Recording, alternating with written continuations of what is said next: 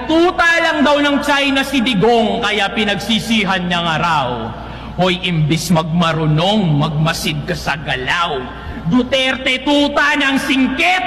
O sige na, edi wow, basta pag binomba kayo ng incheck, huwag kayong lilipat ng Davao.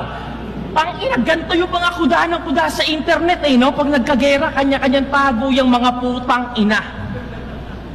Ikaw na pumuntang China, gamitin mo yung therapy session, tingnan natin kung tatalab yan sa mga missile nila. Gago! Ilan ko? Duterte, DDS daw, Davao Death Squad. I don't know.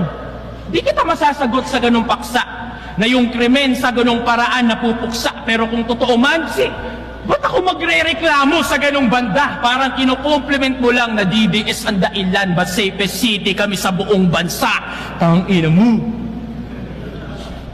Ba't bilyong-bilyong pondo daw sa Mindanao nung Duterte admin? Bakit?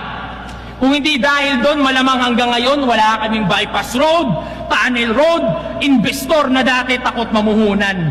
Naririnig mo lang kasi yung putukan, pero bingi-bingihan pagdating sa pinaghuhugutan. Napukusan lang yung Mindanao ng isang termino. Isang termino! Tingin mo na agad sukdulan? Pangungurakot ba talaga yung kinagagalit mo? O sanay ka lang na kayo yung mas natututukan? Ano? Ayaw mong maging balanse?